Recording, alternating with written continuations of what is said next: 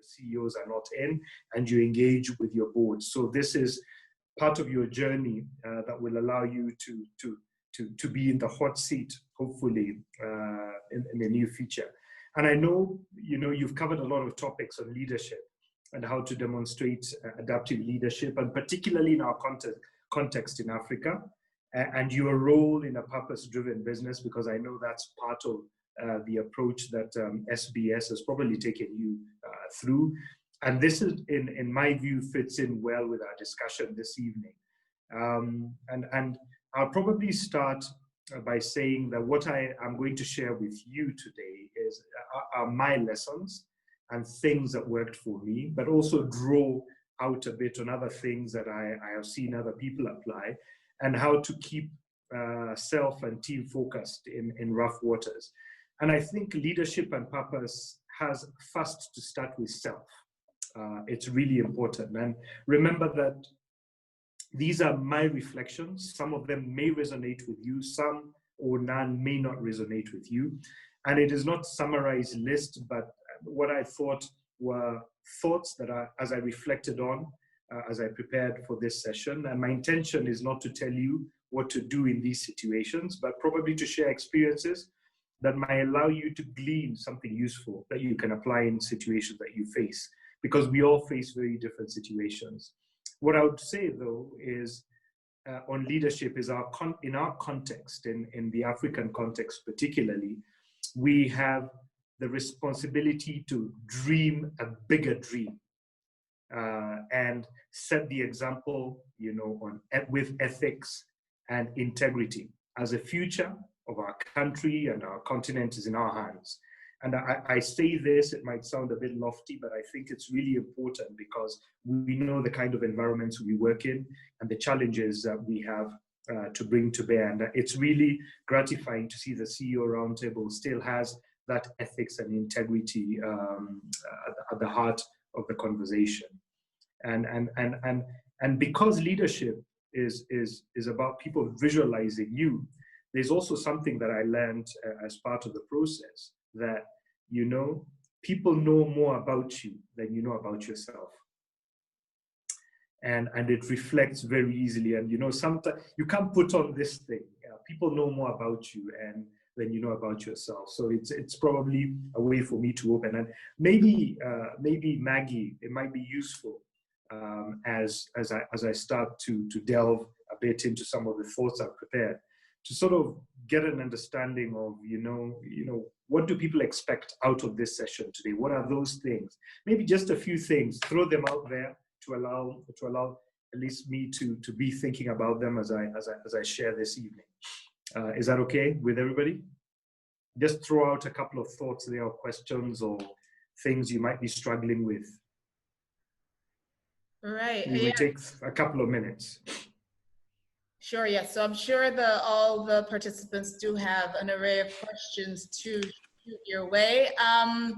Perhaps I could share. Or maybe to ask what do you expect out of today's session? Then we'll come to questions when I have sort of shared what my thoughts are. But what do you expect from today's session might be probably a more apt question. All right, so based on this evening's theme, what's really expected is for you to really share from your own personal experiences. So how have you managed to lead the various entities that you have worked at a leadership capacity? How have you managed to sort of navigate and steer them through these turbulent times? So this is perhaps now as a senior advisor at Catalyst, or maybe within the various boards you currently sit on, or even at KQ. Okay. Yeah. Anybody else has anything else that they want to throw in there before I jump in? Mbuvi, if I can just add something that I think would be interesting is really, how do you deal with stakeholders? How do you deal with stakeholders? Because when you're sitting at a CEO level, you've got pressures from all over the place. So I think that would be quite interesting. If you could touch on that, I'd like to hear something about that. Okay. I'm going to add to that. Mbuvi, when you think about crisis, it's a zone that you've never been there, but you're expected to navigate you are expected to influence, you are expected to impact, and you are expected to really optimize out of the situation. So how do you achieve that mix at the same time? Not look turbulent yourself, because remember, you are turbulent. You know, crises make everybody turbulent. Thank you. Okay, understood. Clear. Okay. Great. Shall we progress? I hope you can see my screen.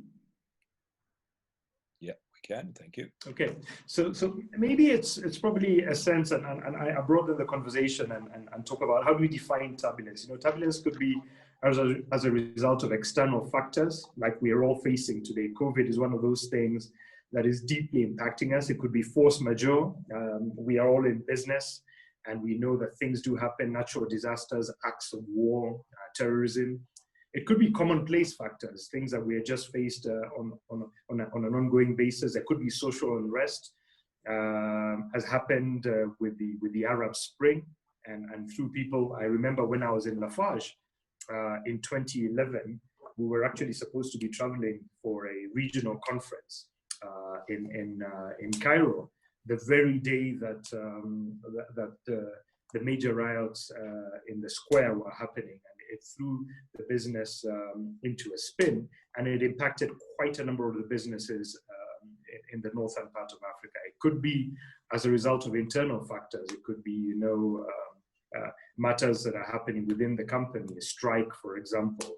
It could be because of a change of strategy, you know, because, you know, when businesses pivot, it could create crisis. You try one thing, and it doesn't work, and it creates a crisis. It could be because of leadership succession. I mean, in organizations, often, if you don't plan well leadership succession, it could create a crisis.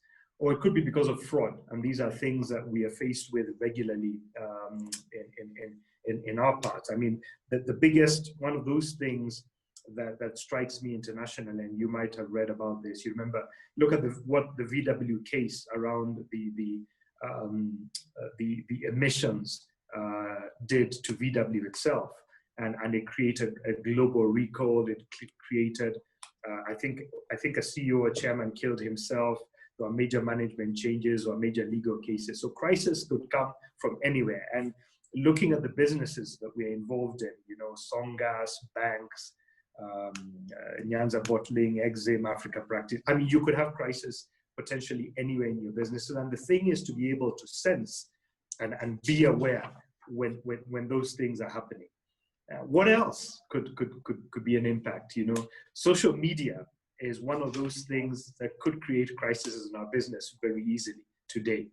And the impact and speed could be influenced by social media very easily. And I'm sure I'm preaching to the converted when I say, for example, that sometimes a thing that could start innocuously as a comment on social media could end up having a significant impact in a business.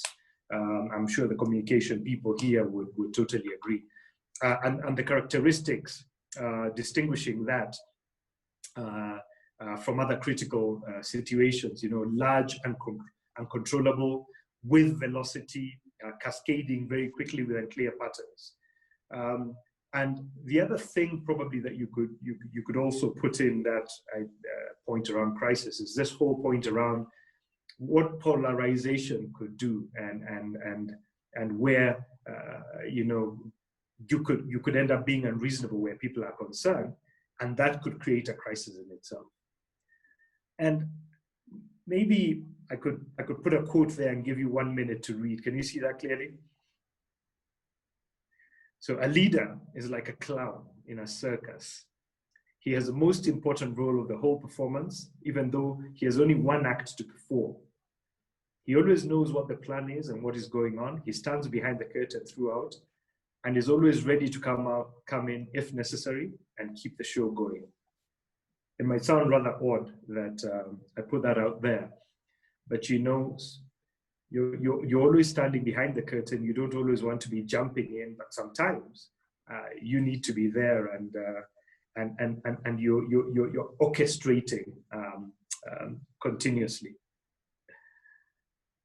we talk about turbulent times, and what do turbulent times look like? And again, I repeat, the Arab Spring, and it had cascading impacts even for us in this part of the world. Brexit, and having to renegotiate, because of Brexit, our countries are having to renegotiate some of those access agreements that they have with the EU. In my case, when I think about Brexit, looking at the businesses I'm involved in, there's financing issues. If I look at aviation, for example, there's probably a renegotiation of contracts of access. When I was in KQ, there was a major, turbulence at the time, and there is turbulence right now. If you look, for example, for Boeing, beyond even the current crisis around COVID, you can imagine Boeing as a company was already facing big issues around the MAX issue. And then the elephant in the room today, COVID, big crisis, and with significant impact on all of us. And what I thought would be useful is to talk about, what's a leader's role towards others, and what's a leader's role towards self, because those things they look like they are apart, but it's important to be thinking, because you're constantly balancing exactly what you said. How do I navigate in this context, but from a personal point of view, but how also navigating externally? I think giving stability is an important thing, because being aware of what is going on, how it is developing, and intervening only in case where there are problems. It might sound easy to say, but it's actually more difficult. Sometimes as a leader, you don't have to jump in everywhere where there's a crisis. Sometimes it's important that you step back to understand what is going on, to get a sense of how it is developing, and then really be discerning and around how do you intervene. Because the temptation is always to jump in the deep end. And yet you need sometimes a shield to allow the teams around you to actually step in and jump in and dig in and discover, and you elevate yourself a bit to make sure that you understand, that you're able to sense and respond. And I talk about being accessible because particularly if a crisis unfolds over a period of time, how you are or how you respond from an accessibility point of view is very important. I know because in my case, when I was CEO, and because we were managing a financial crisis over a period of time, I made sure that I was accessible. I received emails from customers, I received emails from staff, as well as visits from them, because at the end of the day, you are the face of the organization. When you're the face of the organization, you are, at the end, the buck stops with you. And it means you have to be authentic and you have to be vulnerable. I come back to that point I made about people knowing more about yourself knowing more about you than you know about yourself. Because everything communicates when you are a leader. And you've got to be real and drop your guard. People know that you're in a crisis. So sometimes you don't have to put on that sort of tough face, particularly men. And I know there are more men in the room than there are women. And sometimes you look haggard, and it's okay if your staff tell you that. I remember some of my staff sometimes when things were really thick, and I didn't know, when we would pay salaries or how we would pay salaries, my staff would come up to me and ask me, boss, how are things? And I say, hey, listen, we'll get through this, but it's really a tough time. You've got to allow yourself to be authentic, to be honest, but also give a sense of hope. And I think it's a very fine balance. Authenticity people can see through if you're not being authentic. And people can tell when you're not being authentic. So it's something you've got to be, if you're being real, you've got to be real about being authentic. You can't put it on because very soon your lack of authenticity will come through. The second thing, vulnerability. You don't have all the answers as a leader. And sometimes it's okay to say, listen, when people come to you and you say, hey, listen, I don't know the answer to X, but what I know is we are doing our the best to deal with it. And it's important to be able to show that vulnerability, particularly when you're going through a long-term crisis, because then it shows that actually even you have a real concern about the things that you're faced with. It's not an easy place to be. It questions, you might wonder, but am I, when I'm being vulnerable, am I showing a sense of weakness? There is no problem with being vulnerable. In fact, you will find probably that you'll pull people closer to you and want to believe you when you can show them that you actually have also questions and doubts, but not a lack of belief. I think the second thing I would say is understanding your stakeholders and communicating is a really, really important thing. Your stakeholders are typically your license to operate. And in the businesses that you are all in, you have a whole host of stakeholders. And it's important first to have a good idea of who your stakeholders are and keep a close contact with them. You need to have an agenda for each one of them and know what the win-win is for them. In our context, I think, particularly in Africa, this is even more doubly important. We have a whole range of stakeholders, and we have people who want to meddle in our businesses who typically would not be relevant. And their needs, as well as, there could be some who are detractors and some who are allies.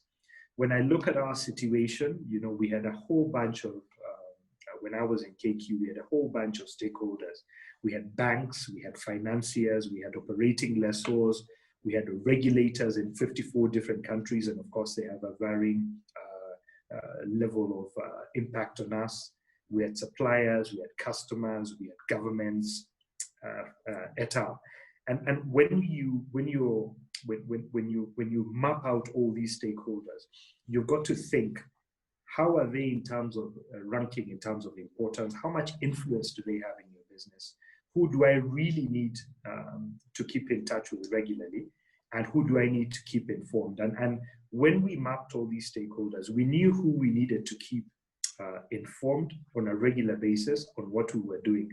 And despite the noise there was in the media, and I don't know whether in Tanzania, you are all familiar, everybody's an expert on everything in Kenya, particularly when you are running a big company like Kenya Airways.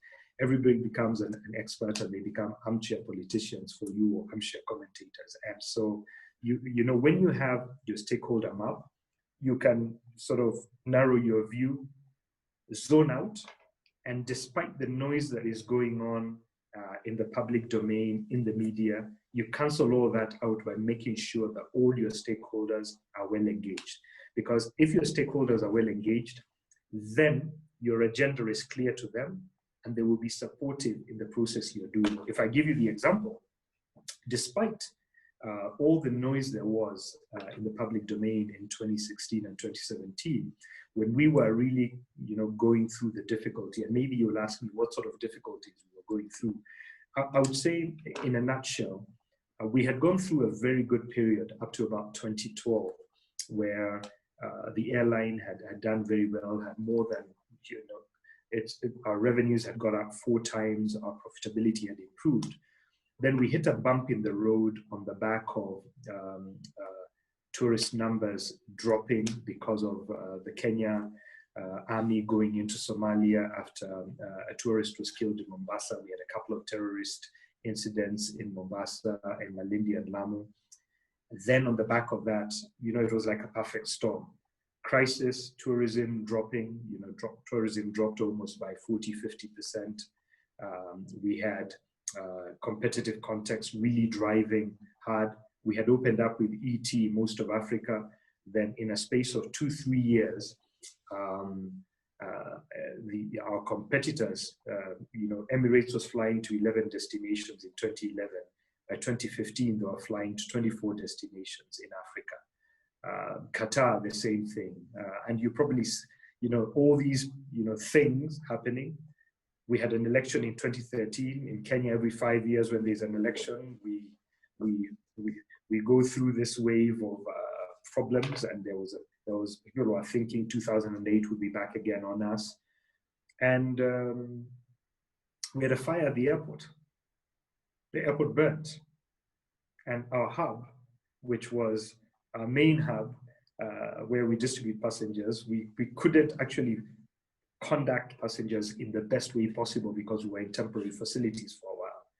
All this at a time when, on the back of the success we had, we bought a whole load of new aircraft. So we were like doubling our fleet. So we had capacity, but nowhere to place it. And so this crisis meant that we had to shave assets, we had to reduce our financing costs. We were making losses. The exchange rate was impacting because we were reporting in shillings. So we had a financial crisis, and we had to restructure our balance sheet.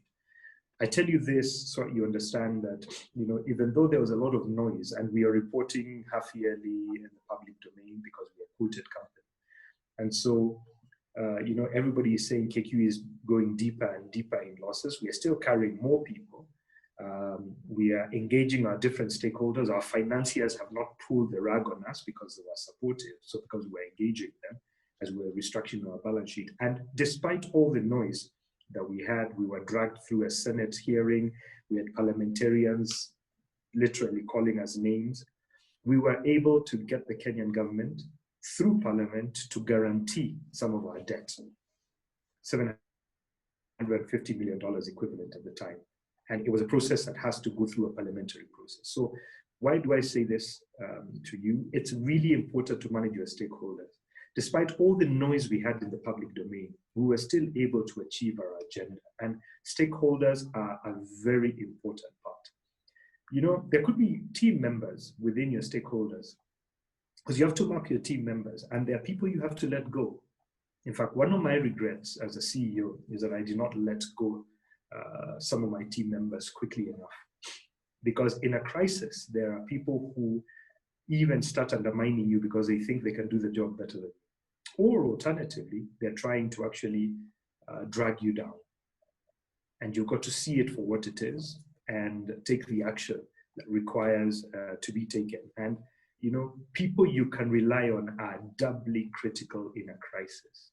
And so understanding who you can rely on within the organization is absolutely important. You know, you will ask me within stakeholders, politics, which is the external piece. In our countries, Kenya, Tanzania, politics plays a central part. And as long as you are clear on your stakeholder mapping, you manage politics within the stakeholder map.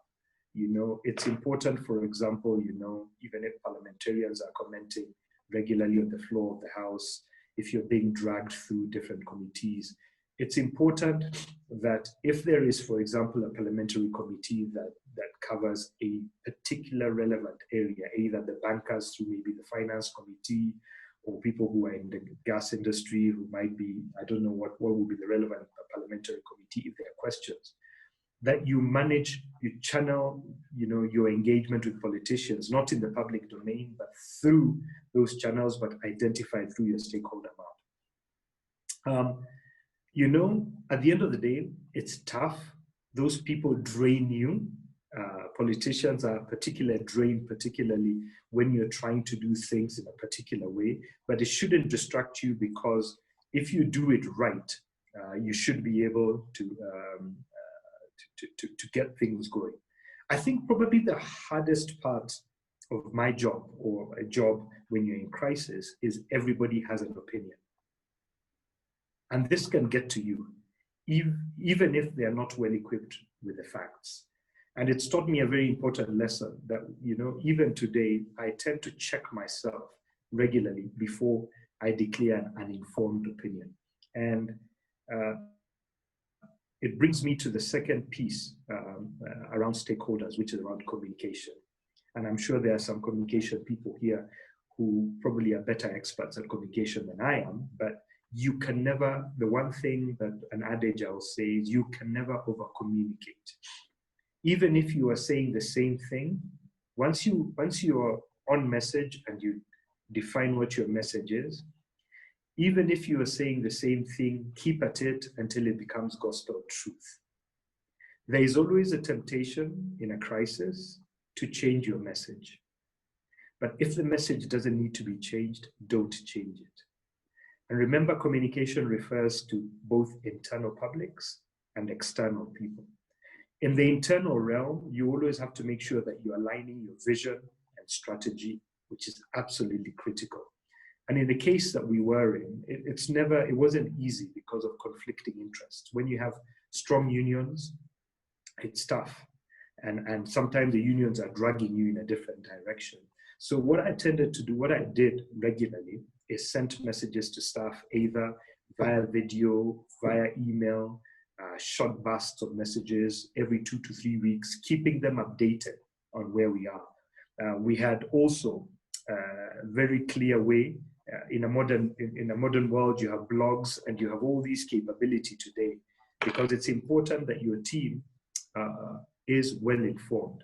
But that also allows you to allow your team members, other senior team members, to draw on that, because you will agree how you're driving that communication, because you and your team must be driving the same message.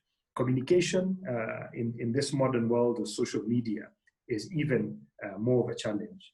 And, the people who are here, particularly the communication experts, know that it's important to have a communication strategy or a social media strategy. If you don't have a social media strategy, it will be very difficult to manage. It's a 24-hour business, particularly if you're running an airline. Things could happen over very quickly. And it was not perfect. We had a social media strategy. It was not perfect, but we had one. And it needs to continue to evolve. Remember that it is not comms for comms sake, because there are times when, a pig with lipstick is still a pig. Let me say that again. There are some messages that you cannot sort of gloss over. If things are thick, they're thick. So don't try and use communication to put lipstick on a pig, because if things are not right, they are not right, so you don't need to comment about them. In the context of a turnaround particularly, and some of our businesses might be in a turnaround, communication even becomes more critical to align internal staff, because internal staff have to be the ones who are trying to help you to find solutions. We created a sense of urgency internally by creating a change management program. We were, because in a crisis sometimes it's important also to mobilize people. We called for ideas from among staff. We had more than 700 ideas we got from our staff. We summarized those into 400 potential positive value-adding ideas, and we split this across different teams in campaigns, short-term, medium, long-term, and we got people in the different departments actually chasing these initiatives and into breakthrough ideas. There were either cost initiatives, revenue initiatives, or balance sheet initiatives. And these actions all had an owner, and we had a follow-up routine on a weekly basis, stand-up meetings where we were chasing.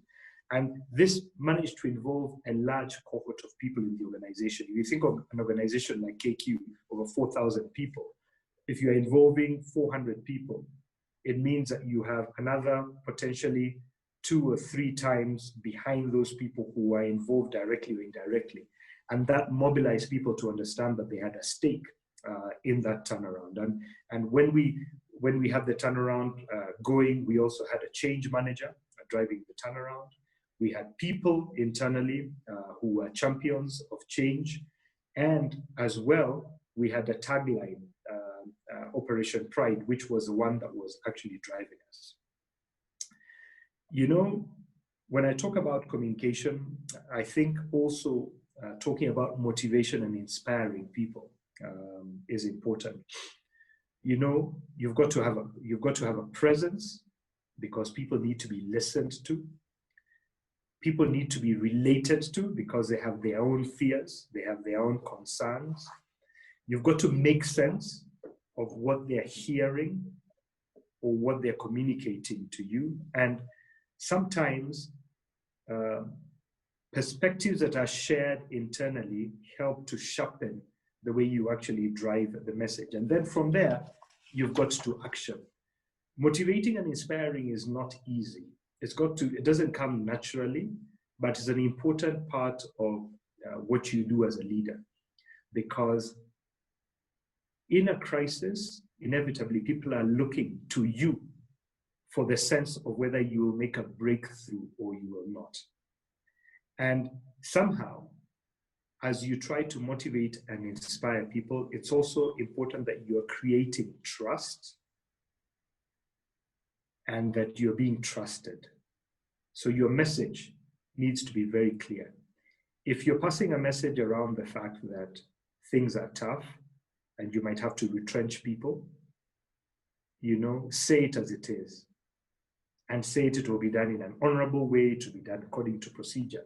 Don't sugarcoat it. Don't say, if you know you're going to retrench people.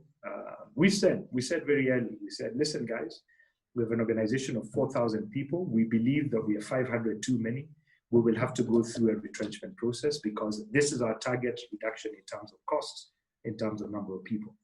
We did not say these are the people who will be retrenched. We said this is what we need to do as a target. And we're very honest. And it took us 6 months before we arrived at which people, where, and what. But we had warned people internally. So there was a sense, of course, that it created a nervousness. But we were very honest that we'll do it in a respectful way. And by the end of the process, actually the people we ended up retrenching ended up coming back and saying, thank you, that this time the experience was actually much better because they had experienced a retrenchment in 2011-12 that did not leave a very good taste in their mouths. And I think when you are trusted and when you trust others, you create a credibility and a reliability in terms of messaging that people then can build on when you tell them something new. If you tell them we have to tighten our belts further.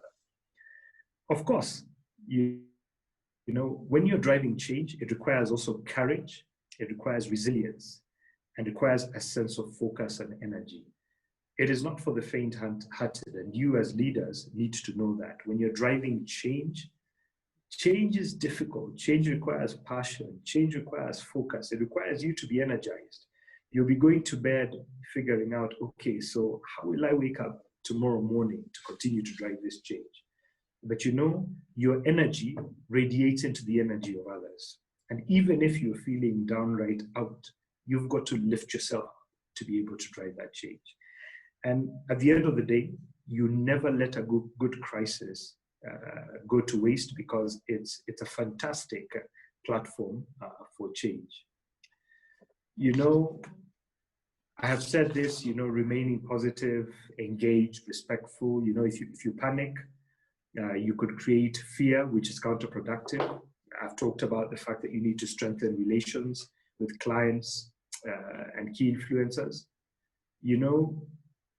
Growth can be good, but sometimes a change of tact is also important. So, if a crisis might lead you to actually cut back your growth like we had to.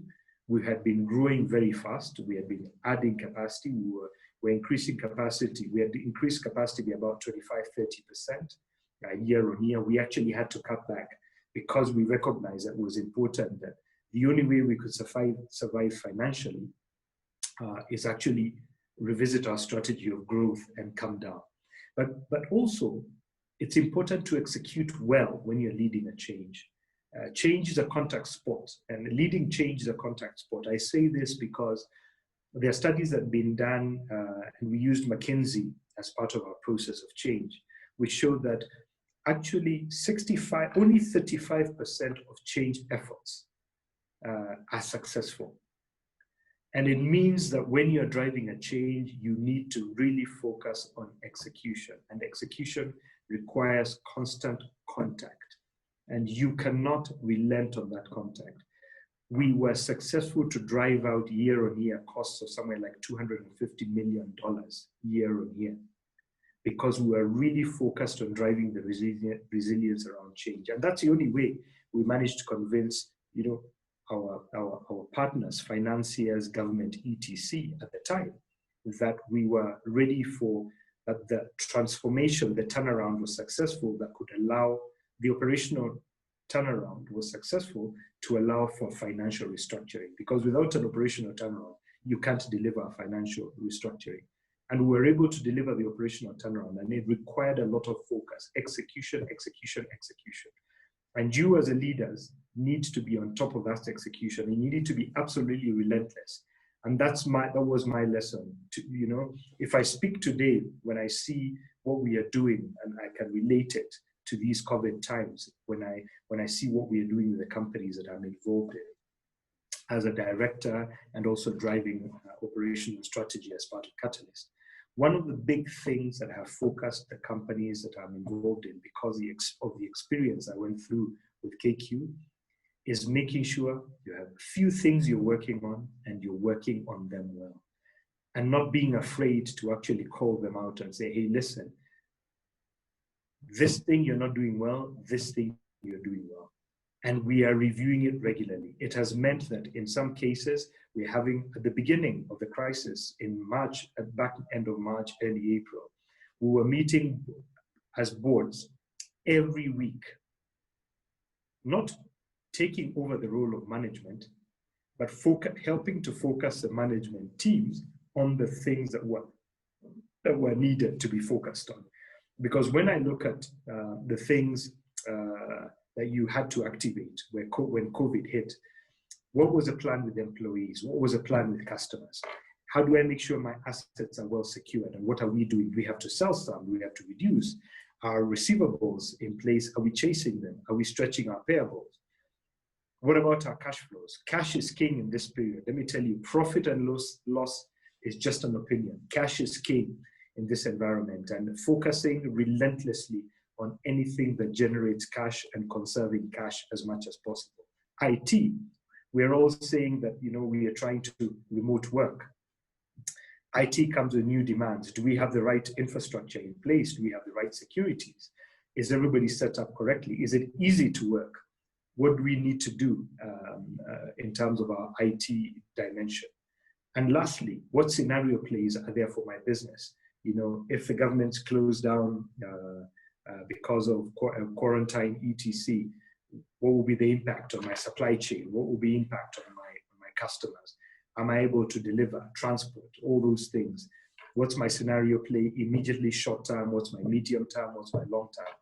We have been driving those things relentlessly. And I can tell you in some of the businesses I'm involved in, it's been very interesting that in some businesses, we've been able to actually see a better performance because we were already driving some of those changes. Of course, there are those ones that are impacted because of the market side of demand, but even those, because we really have focused on cash, and it's absolutely important at this time, and similar to what we were doing in KQ, that when you have a crisis, you don't run your business from a P&L point of view, you run it from a cash point of view. Profit and loss is only an opinion. Cash is absolutely king.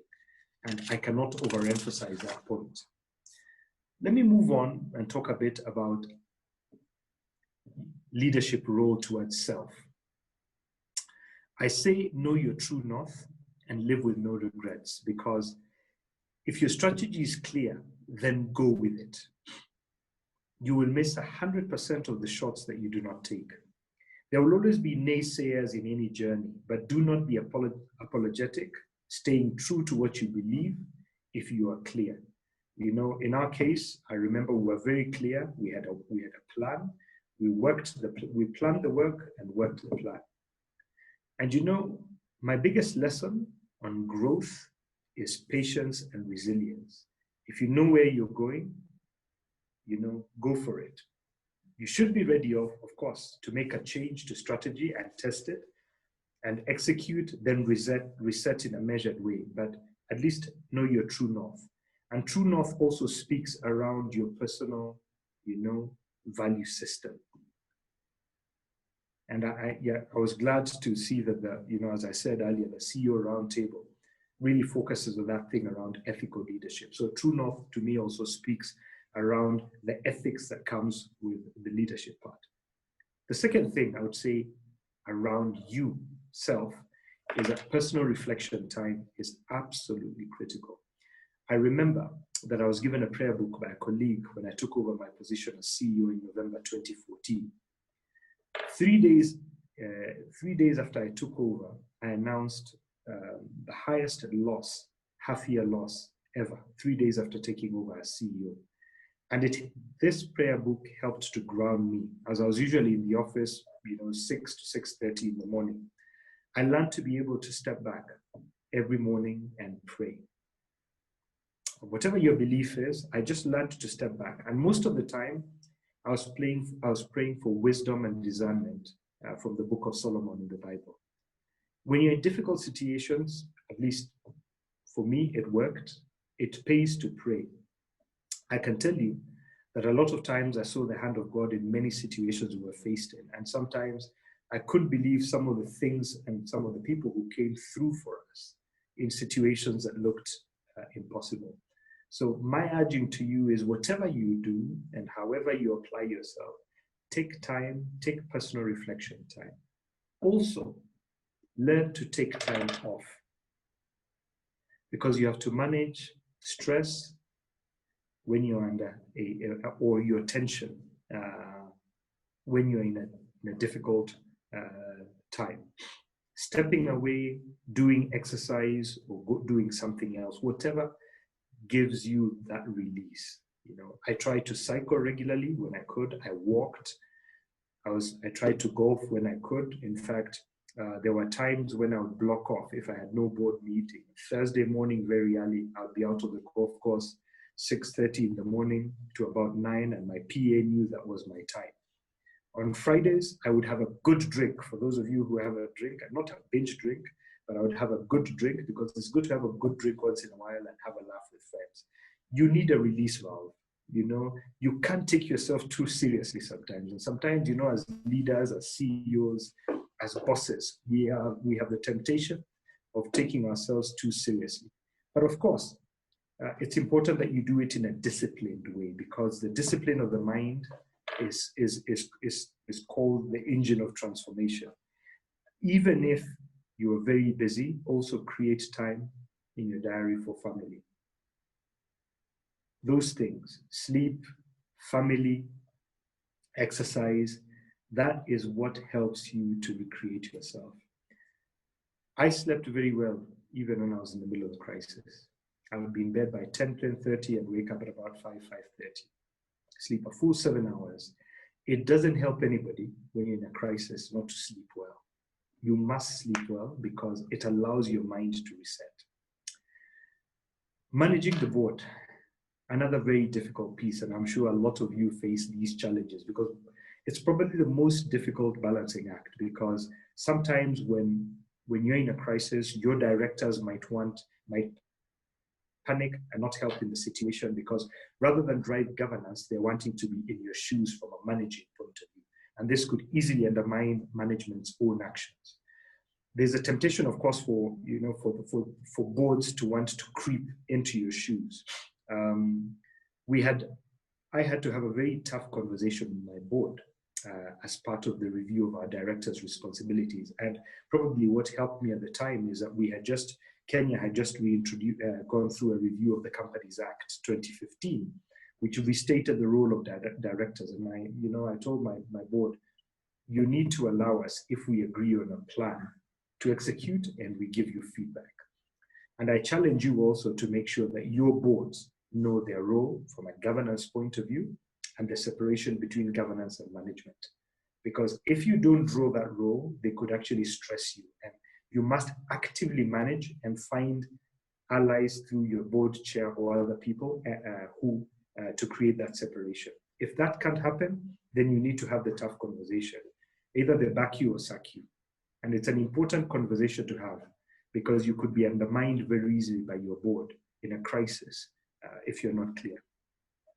Last but not least, I would say for self, you must have a mentor or mentors who act as sounding board. So it can be a one, or it can be a circle of mentors, because different people give you different things. You need a good sounding board external to your organization. it's not about discussing intimate work stuff, but to be able to bounce off things that you're struggling with in a safe space and with people who are true and who will call you out. In fact, women tend to be much better at this score than men because women know how to share things better. Men tend to solve and then speak about it. But it is really important to have those sounding boards. And I was lucky that I had a group of friends from my old days in school who have been my friends over a long time, who are also in senior positions, who I was able to actually speak to. And they would call me out, they'd tell me, hey, listen, we had this in the public domain. Is it true? Or are you struggling with this? And that was really comforting to know that there are people who I could go and actually be true to from a conversational point of view. So from a key learnings point of view, in times of turbulence, I say survival is not, you can't take survival for granted. Leadership is really about hard choices, doing the unexpected and sometimes seemingly impossible, even in the face of opposition. And the emotional resilience that one develops over that time cannot be gainsaid. And it's important that you develop your emotional resilience, but also create a kind of esprit de corps within the team, because when you're facing it from a team perspective, it becomes absolutely critical and it becomes actually much easier. Share information. Share information.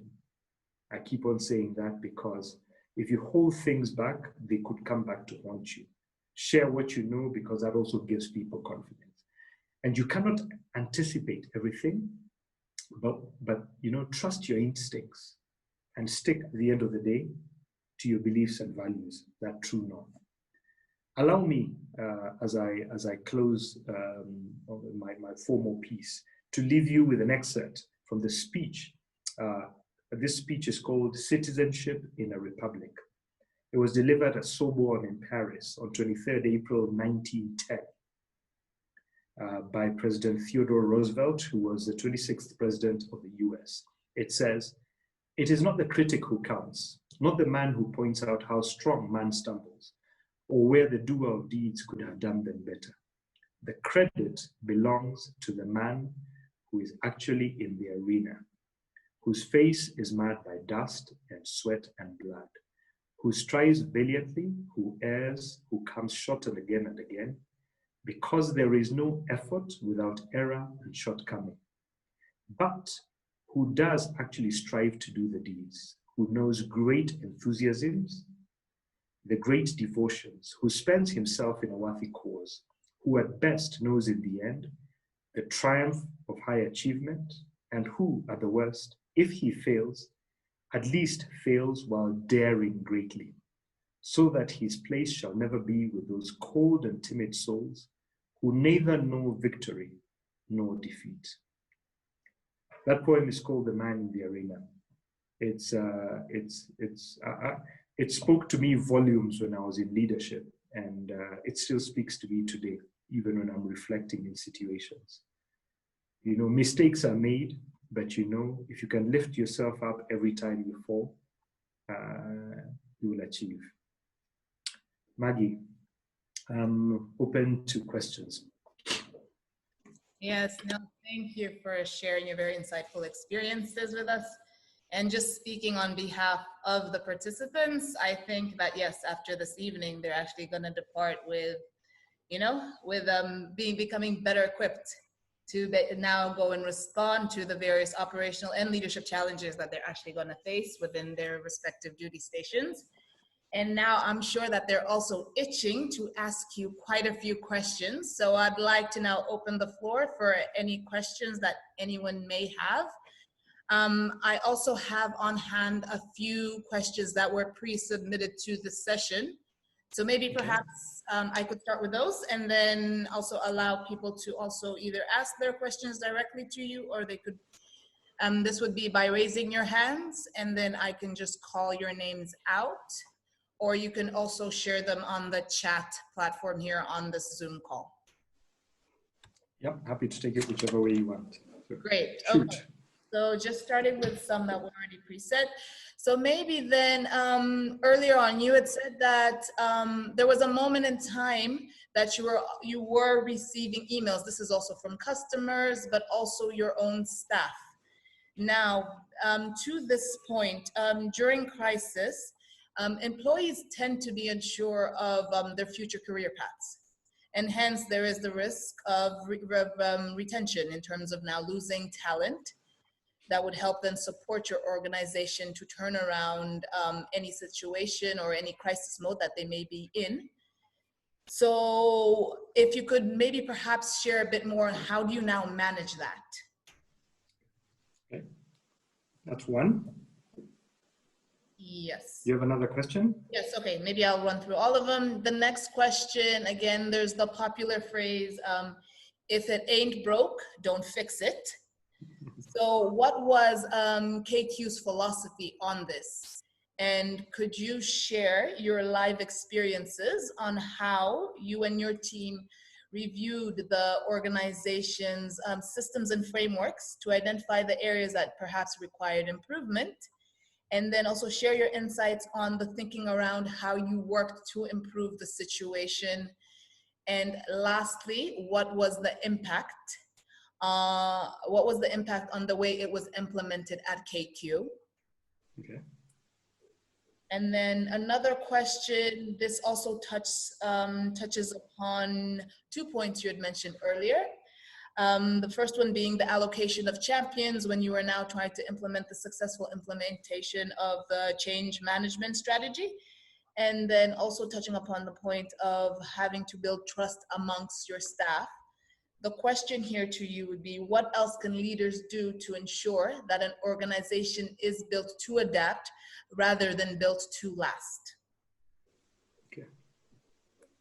And then, okay. Yes, so maybe we start with those. Shall I answer those three? Yes. Okay.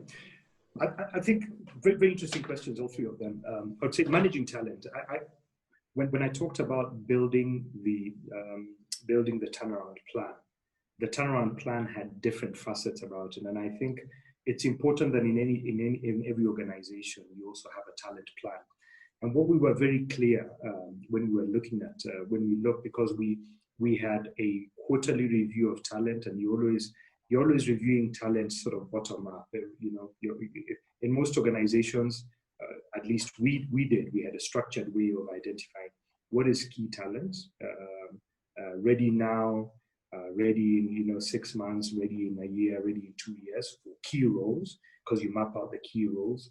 You also identified who are your high potentials within the system and try to use those high potentials in projects, because those are the people, that's where you actually test the capability of those high potentials. And then you also see succession deficits because of that mapping that you do. And so even as we were reviewing, even as we were going through our change management plan, it also had a focus on people, because you need the right people to be able to be driving the agenda for change. And when you're trying to drive project management right in the organization, you will recognize that those people you will need to let go. As I said, it's really important that you identify those people who are detractors and you let them go. You need to identify those people who are supportive and put in critical situations. And you also need to identify those high potential people who you give in charge of projects. I told you we had 400 initiatives, so we did not have a lack of opportunity for people to show themselves up. And we created a cascade process that allowed those initiatives to be followed up on a regular basis with sort of super champions across, say, maybe 10, 15 initiatives split across the organization. And that allowed us to manage talent around there. When we came to deciding who to let go, a lot of the letting go conversation just naturally fell off some of the initiatives we were doing, because it was very quick to identify, even if, for example, where we had excess numbers in certain processes because of process improvements we were driving, or where we recognize that because we are automating or we are changing a process, we could let people go. But key talent should be identified through the HR talent management process. And yes, of course, in a crisis, you'll end up, there'll be some regrettable losses. Inevitably, there'll be people who are really good who will say, listen, I'm finding this very difficult for me. There's somebody who has the microphone on. Maybe Maggie, you can mute them. Sure, one moment, please. So there are always regrettable losses that you have to deal with.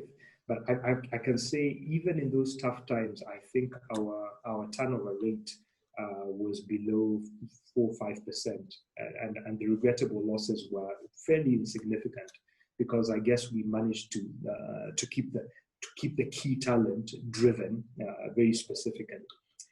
Somebody asked, the question around if it ain't broke. I think we took a very different perspective. I know it's good to say if it ain't broke, don't fix it.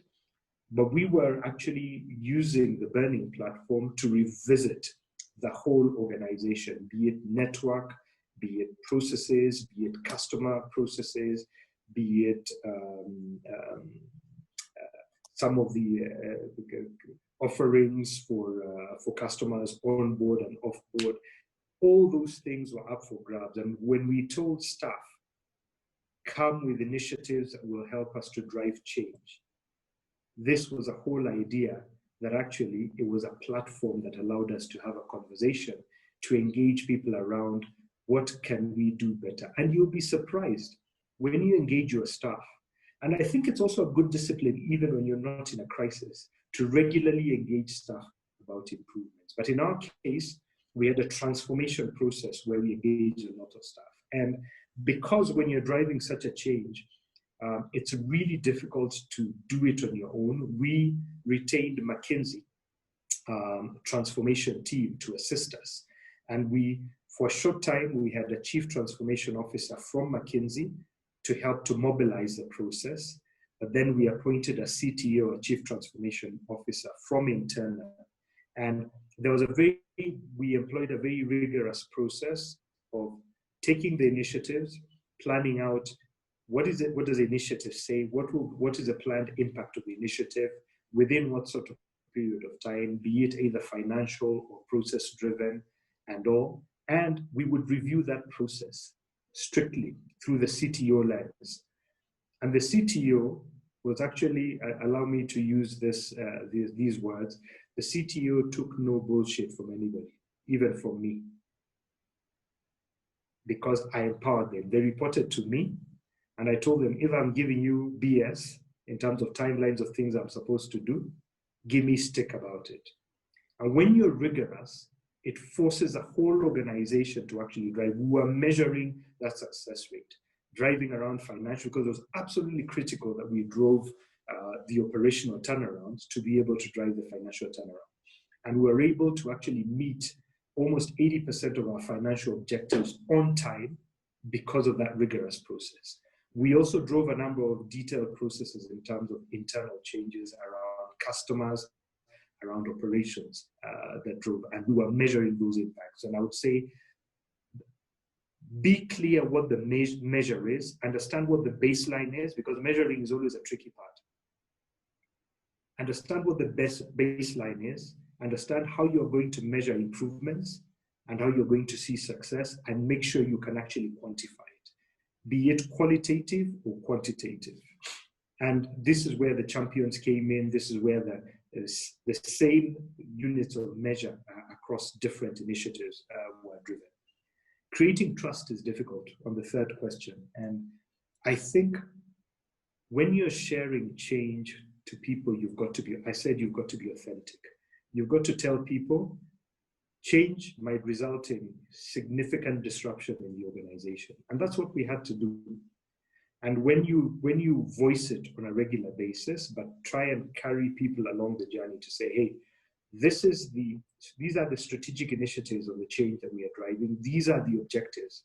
We have an objective around cost, to reduce cost by this much, around network, around people, around finance.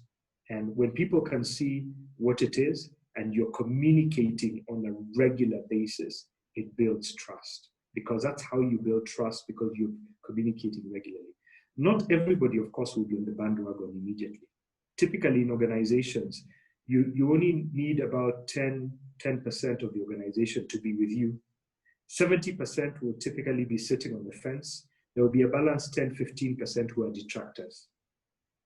If you get the 10 to 15% who are with you going, the 70% will inevitably follow because they start seeing success. As you celebrate success, as you show the wins coming through.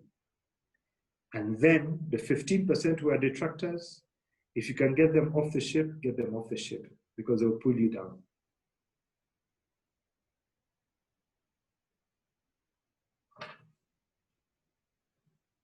Thank you for that. I see, so yes, Ungu has a question, but before I hand over to you, Ungu, sorry, if I could just cover 2 other questions. These are from Justin. The first question is, so yes, as you know, at the leadership level, the learning process never ends. Given that, what reading material, so whether it be books or literature, do you currently have on your reading list that you would recommend as a must-read for the CAP participants? Oh, geez, recommend as must-read. So I guess, actually, that's an interesting one. I remember reading, and this had a very positive influence on me. I remember reading the book by John Cotter, Leading Change, which was very powerful for me. It talks about 7 steps of leading change, and that was a very powerful influence for me. I remember also as I took over as CEO, going through a 100-day step plan, and it was a plan that was shared with me by Spencer Stewart, and in fact there's a book written about the 100 days of takeover and about how you plan a takeover, and it's something actually that's a good discipline which I've applied subsequently when I've gone into a new role, because it allows you to be methodical around how you look at the business and how you drive change. What else have I read recently which could be interesting? There's a gentleman called Bruce Feiler. Bruce Feiler has just released a book recently around managing transitions. Bruce is a husband to a CEO of a global organization called Endeavor, and Endeavor is all about scale-up entrepreneurs. I happen to be a mentor with Endeavor, and Bruce, in fact, he's done a number of TEDx's. He's written books around dads. He was actually down with cancer some time back, and he's written this book about managing transitions, where he interviewed a whole load of people across 50 states, and it's a real interesting read. And this is more about transitions. It might apply in terms of transition when you're in a crisis, but it's transition generally in life, because even being a CEO is not a permanent position. You always got to recognize that there has to be life beyond your current position, and always know how to prepare yourself. What else have I read that is interesting that could be, I think Leading Change probably had for me the biggest impact. I read, of course, relevant aviation type books. I remember reading a book called Leaders Eat Last. Geez, you've taken me back. What am I reading currently? I'm reading a book called If I Could Tell You One Thing. And at the same time, I'm reading another book, and this is not a leadership book, called The Fortunes of Africa by Martin Meredith, because I read a lot about Africa. If I Could Tell You One Thing is really around people who have been in leadership or celebrities or others sharing their insights around, I'm trying to remember who the author is. Let me just check it out. Sharing their insights around their life, and what are those things they would have done differently. They interview Bill Clinton, it's a whole range of people around the world, and it's a very powerful read for just telling you. It's by a guy called Richard Reed. it's an encounter. It says it's an encounter with remarkable people and the most valuable advice. I don't know whether that answers your question. It's not only about crisis, but about general. No, yeah, it definitely does, certainly. And then also just touching upon this topic of transition, if you could share with us a bit more on personally, how has your leadership style evolved and changed over the years?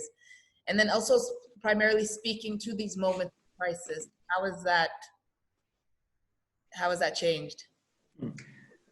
Evolution. So I remember when I transformed from CFO to CEO, the one thing that I recognized that is I needed to learn to listen.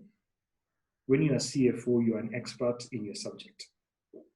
When you're a CEO, you become a sort of maestro, and a bit you have to listen to your technical guy, you have to listen to your HR person, you have to listen to your commercial director, to your CFO. So people are coming to you, and you have to discern how you're balancing the different messages you're getting as you build the team around you. And the biggest transformation for me was learning to listen, and also asking people not to come to me with a single point of failure in terms of ideas, but a set of thoughts that allows us to make a much better decision. Because sometimes as a CEO, somebody will come with, hey boss, I think this is what we need to do. And then you ask, but hey, help me understand what your thought process is and what else did you think about before you came to this conclusion? Because it's very easy to be driven in a direction based on an agenda. So I learned to listen and ask questions that allowed me to grow. And that has stood me in good test, because even as I transitioned into more senior roles, when I went to Lafarge Group, I changed from a CEO role to a VP group. And so you are much more in a collaborative role rather than a CEO role. So you're collaborating along geographies with people. We had 80,000 employees. You're working with a global CEO, and you're persuading people across operational geographies to do stuff around group alignment, group policy, the group vision. And I learned how to drive collaboration and engagement and communication. So that was the next step.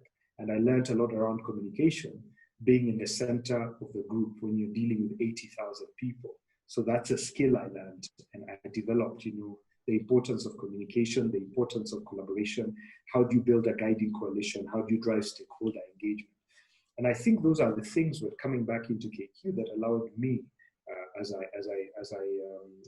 I came to Tanzania. When I came to Tanzania, we were in a crisis at the time. There was a crisis of imports. We were struggling. Our business was going down. We built an operational change plan, and very quickly, because of the skills I had built from the group, we were able to turn around the business, recruited a great team of people, motivated people. We had a change campaign called Safari to Excellence, which we mobilized across the whole team. And I remember it was an amazing process seeing a turnaround in a business within a year in Tanzania, and growth in capacity expansion, even though we were the third player at the time, sitting in southwestern Tanzania. And moving into KQ, much larger organization, complexity. Actually, the people who are reporting to you are like CEOs of their own businesses, and you are a holding company CEO. And what you learn a lot is actually to drive strategic orientation. And that is what has evolved a lot. How do you drive strategy? How do you design strategy across the different things that you're trying to do? How do you engage the board? Because here you have no holding company above you. You are the holding company. You're setting the standard. You're setting the strategy. It's not an international a group of companies. You are the international group of companies. And setting the agenda of change at that level and driving that transition, engaging the board, engaging your teams first around strategic orientation, and then engaging the board to convince them about the right direction to go, and then engaging your stakeholders. And that was a transition. Probably I think those are the steps I would say have influenced me in terms of my and evolution in terms of my leadership journey. And I find myself applying those things on a regular basis today for the boards that I sit on, and or where I'm advising people as part of my Catalyst hat. I see a question here from someone who says, as a CEO, how do you balance two opposing views from your management exco teams on a particular issue without showing that you are siding with one of the teams? I think this is the point I was making earlier around the fact that people should not come with a single point of failure to the table. And the beautiful thing is that, when you have an exco, first of all, I hope that when you sit in exco teams, you actually have regular meetings. Regular meetings allow you to have operational discussions and sometimes strategic discussions. And it allows you to also create a tempo around the frame of what comes to the exco. Is it for information, for decision? And if it's coming for decision, it needs to be well researched. And it needs to have been circulated well in advance to allow everybody to have an opinion, to have a thought about it. And an exco member is not a passenger. Everybody in the exco needs to be able to have an opinion around the stuff that is being discussed around the table. It doesn't mean that if I'm the IT manager, I have no opinion around commercial issues, because you are not an exco member to only talk about IT. You're an exco member to be able to have a conversation around the broader business. And so that allows you, when you are a CEO, to listen and to share and to make sure everybody has an opinion. And sometimes, yes, there will be opposing views. And those opposing views will always be there. But at the end of the day, when you listen, you've got to make a call, a judgment call. And a judgment call is not about a personalization. It's about what's in the best interest of the business based on all the information that you've been able to deserve. And that's why it's important that that conversation is had with the right information. I hope that answers your question, the person who put that question. There's another one. Did you consider the public when you're doing stakeholder engagement? Politicians tend to get influenced without the public opinion. Yes. We did surveys on a regular basis, surveys on passengers, particularly because you're consuming public largely is your passengers, and we have deep databases around publics and all. And so, you would find sometimes, and I'm sorry, I will say this, and I'm not apologetic, you'll find people who never travel sometimes even making comments about stuff around what you should be doing as an airline. So sometimes you've also, what is a universe? What is your universe of public opinion? And it's very difficult to caucus everybody. So you've got to work with the people who you're regularly engaging with, and a lot of them tend to be your customers. And those people, you will try and reach out, because with modern technology, you're able to survey them fairly quick. And we tried as much as possible to reach out and reach customers. It's not easy, it's not perfect when you're serving such a huge group of people, and depending on what business you're in and you're consuming public, it's tough, but you try and at least get a proxy of opinion from the publics you're able to reach. Hey, right. Thank you for that. I'm sorry, I had two questions. There's a question there. Yes, there are two people who are on queue I still have. So maybe perhaps I could hand over to Ungu real quick, so you could ask your question, and then to the board chair next. All right.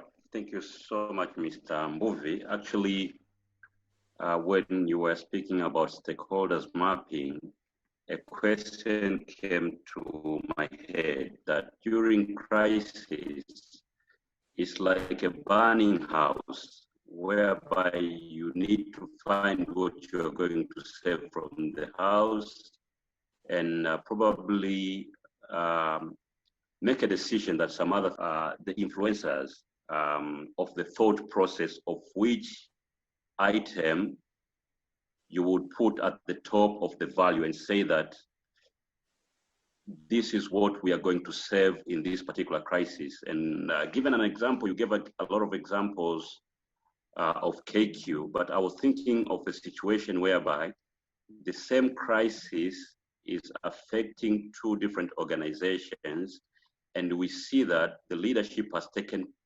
quite opposing decisions in trying to curb the crisis. And I'll give an example here of a bigger organization like a country like Tanzania and Kenya in COVID crisis. What was the thought process in terms of stakeholders probably that made one country opt for lockdown and continuous lockdown, while the other country opted for at least not a very strong lockdown, whereby people were not highly restricted. So my thinking was probably it is on stakeholders mapping, whereby you would find the value to allocate to what you would need to save during crisis. Thank you. You know, I would say for sure, when you're working on stakeholder mapping, in fact, what we did, when working on stakeholder mapping, we're actually working with experts in the area, because it's important when you do your stakeholder mapping, you are also not narrow in your view, and the communications experts in the house will tell you that there are people who do this for a living, who practice that on a regular basis. I know even organizations like Africa Practice, your Ogilvy, your Red Houses, and all do stuff like this. So I see Sarah saying African Practice can help. I know they do stuff like this. And it's important that you use people who have a broader view around stakeholder mapping and who can give you some assessment about the whys and wherefores of why do you, first of all, it's good to have the whole map. Then secondly, try to allocate, you know, what's a win for this? Who are the detractors? Who are the allies? Then thirdly, what's a win for this person? What is in it for this person? What is in it for this person? What are the key messages? And then you allocate those messages and break them down for different people to be able to carry those messages to those people. Now, when you talk at a country basis, I guess part of the reason why Kenya took the perspective or the direction that Kenya took was because I think the Kenyan public, I think we are told, I'm not on Twitter, but I'm told Kenyans on Twitter are some of the most vicious Twitterists or tweeters. Twitter commentators, and Kenyans have very strong opinions about stuff, and the government would not have been forgiven for not taking stuff seriously. And then I guess also, whether we like it or not, from a connectivity point of view, the hub of Nairobi is probably the third most connected hub in Africa. And so there's a lot of continuous traffic that concerned people generally. And so the government took that perspective. I can't speak for the government of Tanzania, but I sense those were the things that were going through the minds of decision makers here to drive that. And I guess that's stakeholder management, and I see it's evolving on a day-to-day basis. And well, you know, the jury is out what is the right decision. But I think it's not about whether it's a right or wrong decision. It's about, I think, all of us are impacted by COVID, whether we are closed down or not. And I think it's important that we are all looking at what impacts crisis are doing to our businesses and how we are reacting to those. I see a question around. From Sanjay. Sanjay, I don't know if you'd like to ask your question. Oh, Sanjay had a question, yes. Ali and then yeah. First of all, I find this engagement extremely useful. And I think to the last question, you know, when you're talking about a nation, you're looking at, you know, what's in store for you, what are the circumstances, and they can be very different. You know, we really cannot say countries are same. So I think what is important in both cases is once you have decided, first of all, both leaders took time to decide with precision and speed, you know, with speed rather than precision. And both are ruthlessly committed to what they decided, which was important. The Mbuvi I know today spoke about managing crisis. But the Mbuvi I also know is one who creates crisis. You know, we are in a world where digital is disrupting us, regulators are disrupting us, consumer choices are disrupting us, our staff are disrupting us. And I know that you are known to be disrupting or creating crisis yourself. That side of your equation, you never spoke about it. And, leadership, if you don't disrupt yourself, if you don't create self-crisis, then crisis will happen to you. Yeah. Maybe it'd be nice as a parting shot if you tell us why it is important as leaders to create crisis so that you are more relevant. You, of course, become more sustainable, and then also you grow value, because that's also very critical. Complacency is the death warrant for leadership. And the Mbuvi I know also creates crisis. Thank you. Thank you. Okay. And I also see a question, how did you manage your transition from manufacturing industry to aviation industry? What was the other one? What challenges have you come across when working in a large organization compared to a smaller one? And then I'll answer yours last. So what challenges have you come across when working with a large organization compared to a smaller one, and how did you manage that? I think, I think it's all a matter of scale. From a leadership point of view, the important thing is to understand what you're dealing with and adapting to it. Larger organizations, of course, you will tend to have more people in the hierarchy. You will tend to have probably deeper skill sets, deeper capabilities, more senior people reporting to you. So it's just a matter of relativity. It doesn't take away the requirement for being involved from a leadership point of view. Maybe stylistically, when you're in a smaller organization, you probably find you will probably tend to be much more hands-on and closer to the detail. When you're dealing in a large organization, you probably work more through the chain, but it doesn't mean that you shouldn't understand the detail. In fact, you can never assume that things are happening. You need to be able to walk the shop floor. Be it when I was working in Lafarge or when I was working in KQ, or even now when I'm advising companies, I spend time. I would be there in the morning, 6 o'clock, seeing passengers coming off aircraft, seeing what they're doing with cleaning, seeing how they're serving customers, personally serving customers on board, stuff like that. When I was in cement, I would be there in the factory, understanding you will not pull the wool over my eyes about cement from issues around operations, around sales, because I'll go out to the customer. CEOs need to be on the ground as much as they're in the office. You need to be able to fold your sleeves, while at the same time, you need to be able to be comfortable in the boardroom. If you're not a CEO who knows how to walk about, you're not worth your salt. You must know the detail. You must be able to engage with your teams. You must be able to have conversations with them sensibly about different business issues, about different parts of the operation, because that is the way you get to know well. You're not micromanaging, you're understanding. So you can have conversations. When you're on the ground and you pick up something, you could ask an innocuous question about, hey, listen, I saw a process not working well on customer service on the ground. How come this is happening? And your team members will look at you strangely because, yes, you're on the ground. And sometimes you find that your team members who are supposed to report to you have no idea what's happening on the ground.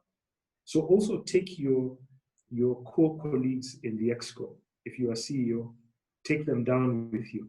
When you're doing walking around, take them down with you, because it's a discipline that's important to understand what is going on in your business. So I would say that's a matter of relativity for me. And anyway, it's been my style. I have always been enjoyed on the floor because you get to learn a lot. And that way, this is also the way you build trust. This is the way you build understanding of the business. This is the way you actually build your credibility. So when you're having conversations at the boardroom level, you're speaking from a position of strength. How did I manage the transition from manufacturing industry to aviation? I would say the only difference between manufacturing and aviation is that these things take off. You measure the same things: reliability, availability, efficiency. The other difference, two other differences: the industry is very regulated because from a safety point of view, and the goods expire very fast. If a plane takes off with empty seats, that's perishable goods. But apart from that, my transition from industrial to aviation actually was, I would say, fairly seamless, because I enjoyed being on the shop floor. So I was on the ground. I learned very quickly. They used to call me the cement man. Within a year, they were calling me the aviation guy, because you quickly understand what is happening on the ground. You're learning, and you're measuring and you're challenging engineers around stuff they're measuring, and you find they don't even know what they're measuring. And it becomes a conversation. So when you're a leader, if you understand what the stakes are in terms of what are the key metrics that are being measured, it's all about managing. You know, this thing about being called an expert in banking or an expert in engineering or an expert in manufacturing, CEOs are transferable over places. It requires an interest, and you will learn. That would be my message. Sanjay, you might agree with me, you might not agree with me. And then what would be the best advice that would help candidates to plan a career that are simply work to keep the jobs and roles? Wow. That's a difficult one. How do you plan your career? I'm not sure I'm the best person to advise on career management, but I guess, you know, when I told you about this thing about knowing your true north and knowing what it is that you want to be, have an ambition and set your ambition. And it's always good as an individual to have sort of career goals and set yourself those career goals and know you're getting there. And when you feel that you're dissatisfied about your current position, and I'm not dissuading anybody to get out of their job, but I say, if your job is not stimulating you sufficiently, it's probably time to move on. And do not be afraid to move because you are afraid to lose your job. Because sometimes we hold on to jobs because we are afraid. I left KQ. We said, I found I was being second guessed. When I was ready, when I'd done the operational turnaround, I told the board, hey, listen, it's time I left. And we shook hands. Then after we shook hands, they told me, no, you have to stay on because you have to finish the financial transition. And they kept me on as a financial advisor to finish the financial restructuring. Do not be afraid to actually make the decision to let go, because sometimes we're held captive by our jobs. And you'd be surprised, if you're good at what you will do, people will find you who are interested in your skill set. So if you have a career goal, if you feel that you reach a plateau, don't be afraid to actually let go. I know we'll always worry about finances, this and that, but at the positions you're in, I think a lot of times you should be able to actually already be making some of those financial plans that allow you to have some kind of sustainability beyond relying on the day-to-day. And if you make a decision to move on, it's a decision that is built from the point of view of where do I want to go as an individual. And so, you know, I was lucky enough that every 3-4 years my role was changing and allowed me to reflect. And when I felt that my role I had done, enough, when I turned 50, I said, it's time to leave this role. And the next 2, I gave myself 8 months of transition, did nothing, 0. Just mentored, just gave back. And today I said these 2 years, I don't want a full-time permanent job. I want to be involved in some bit of advisory, some bit of board roles, and some bit of give back, which I am not being paid for. There will be a transition in my life. I can sense already in another 1 year, 1 year and a half, I'll be looking for another transition. But set those goals, make sure you know them. I'm not sure that's the best career advice for everybody, but that's a sense for me. And maybe it speaks a bit around this burning platform that you were talking about, Sanjay, which is about creating, because you've also got to create a burning platform for yourself. Because if you are too comfortable in a job, then it's time to probably think about moving on, because you will start making mistakes in that job that you will not see. And it creeps on you slowly by slowly.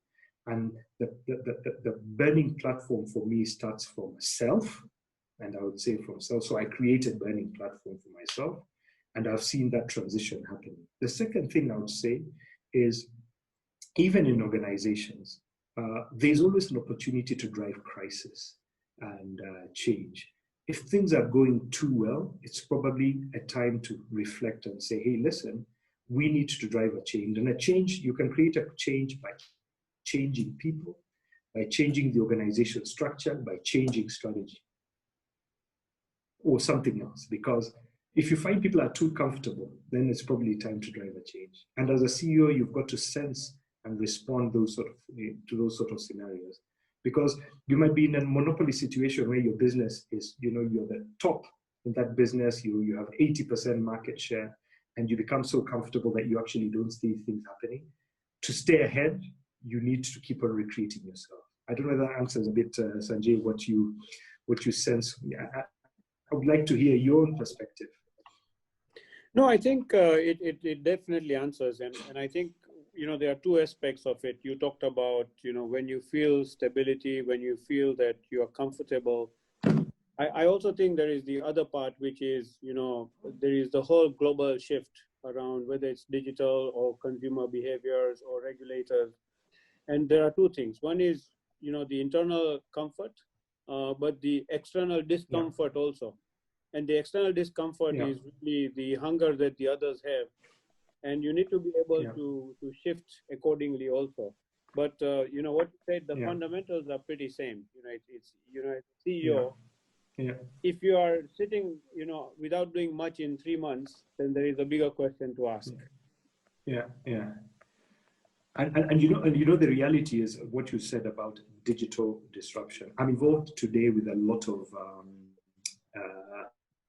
entrepreneurs through Endeavor, and one thing that I see is digital disruption is the next big wave. If I see the amount, if I tell you, for example, and there's a trigger equivalent in Tanzania that is disrupting supply chains for middlemen, just by optimizing on digital and driving good transportation. These companies are growing a CAGR of 20% a month.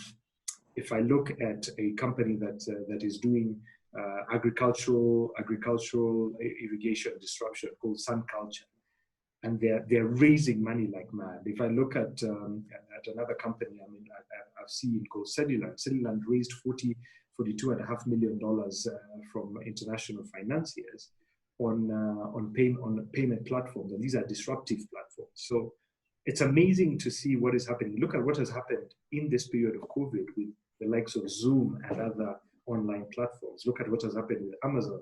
Look at home delivery. I'm involved in True Endeavor with a delivery company called Copia, who have seen their turnover more than double in this period from March. So spot on, and we need to be watchful and aware of some of those things happening. Thank you so much. It's been wonderful talking. Yeah. I think we'll continue with questions, and we need to get to an end, Maggie. Yes. Maggie, I know we've run over your time. No, I feel like, yes, we could continue, but just being cognizant of time, maybe. Can we take one or two more? One or two more. Sure. Is there anyone with any? one or two last questions before we hand over to Chair to close us off?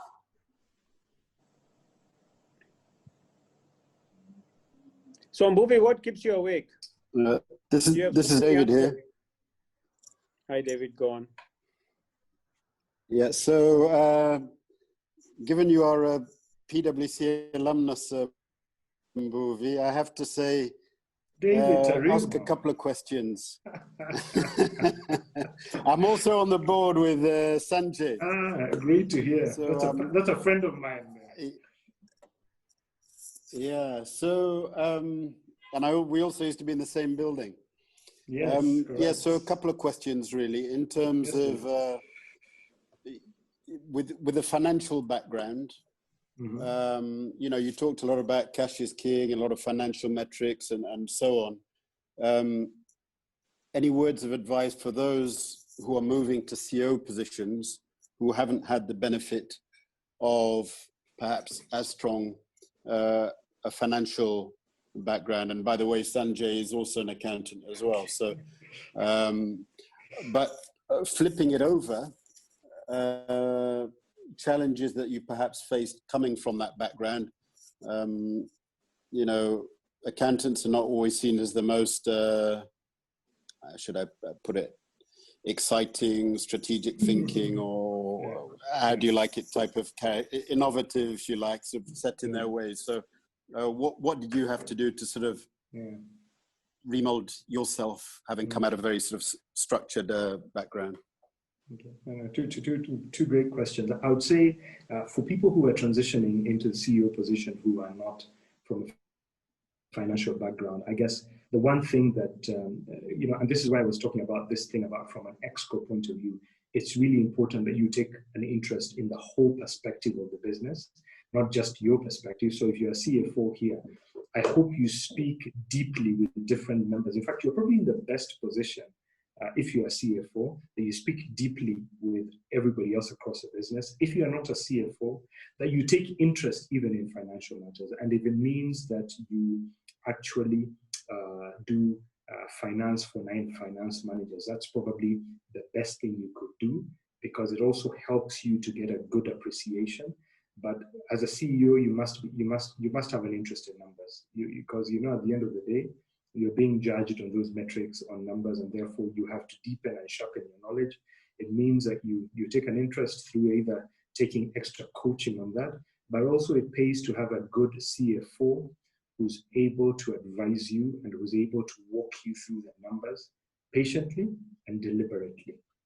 I would say that's probably for me the thing I would challenge those who are not coming from a non-numbers literate perspective. So if you're here and you're non-numbers literate and you have an ambition to be a CEO, start taking interest in those numbers. I think David is absolutely right. The second question around, coming from a finance perspective and transitioning, I think the things I talked about, learning to listen and learning to take perspective from all people. But the things I really took an interest in, I took a strong interest in commercial, because if you understand the commercial perspective of a lot of our businesses, it will then explain a lot of the numbers. And I took a strong interest in technical. And that is why sort of bootstrapping, visiting customers, sitting down with the commercial teams, going to the market with them, really understanding what drives sales, and with the technical people going through the manufacturing process, really deeply understanding the key metrics around those sort of things. And when you understand them at that level of detail, it's much easier when you're looking at them from a numbers point of view to really understand how that is forming. It also paid that, then you have to take an interest in people, because the talent management cycle is an important cycle, because you're beginning to see all those people from that perspective. And I spent a lot of time, and I think this probably was my lucky break when I was working at Lafarge Group on the communication side, because the group CEO chose an ex-CEO to go run group communications, because he said he wanted somebody who could articulate to the operational people communication around group strategy internally from a perspective that they could understand. But it also helped me build my own communication skill sets and understanding of communications from that perspective. So I think those are things you just have to take interest in over time when you're transitioning.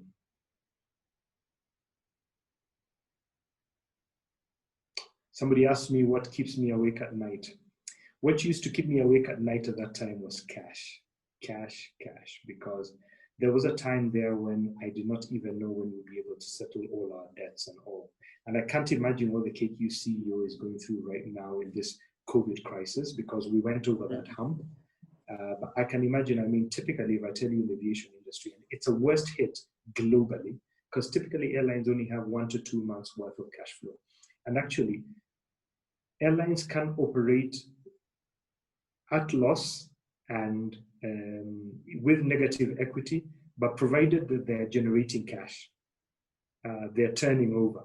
Because the whole industry, you can imagine, the whole industry works on cash. If one part of the cycle, the customer stops, it knocks out everything. And there's some airlines that won't survive. That's a reality. It will be tough. But cash is probably one thing that keeps me awake right now for the businesses that we advise, and businesses that I sit on, because I'm the chair of a local airline called Safari Link. One of the big things we're looking, how are we budgeting today from a cash basis? All the businesses I'm involved in, focusing the CEOs to either be cash positive or cash neutral. So to burn as little cash as possible in this time. Of course, a lot of negotiations with banks about sort of deferring interest payments and principal payments to allow you to have a runway. But what banks want to see you having thought through that process before you bring that proposal to the table.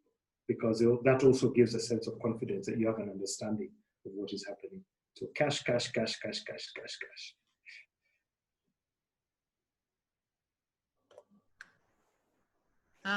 Thank you, Mbuvi. Thank you. Yes, I feel like, yes, people may have more questions, but again, just looking and being cautious of time. If now I could welcome board, if you'd like to close us out. Sure, thanks. Thanks, I will do that. So Mbuvi, once again, thank you very much. And trust me, this is not the last time you will be in touch with us with the remarks you gave us today or the learning that you passed on. We were actually very privileged to have you on this call. And you will continue to hear a lot of success stories, around CEO Roundtable, but much more around the CEO Apprenticeship Program. I think for the participants on this call, I also had a good announcement. So Julius Ruaichi, who is also a member of CAP, has actually now been made the acting CEO of Axis Bank. I'm sure, Julius, this is just process, but this is the second CEO in the making from the CAP committee. So congratulations to you, Julius. We are absolutely delighted, with your appointment. With those few things, Mbuvi, I hope this friendship continues, and we want to wish you well, your family also. Stay healthy, and if you really want a break, you said you do look for breaks, then the corona-free country is Tanzania. Please, you're very welcome. Thank you. Thank you. And thank you for having me. Thank you for giving me this opportunity to share. And happy to see that the CEO Roundtable has really evolved to be driving programs like this. This is an excellent platform to engage. Thank you so much. Maggie, bye. Thank you so much, Mr. Mbuvi. Thank you so much. And thank you everyone for joining us tonight. So with that, I will say a very good night to everyone. Thank you. Very good night. Thank you. Thank you. Bye. Bye. Thank you. Thank you very much. Bye. Bye. Bye-bye.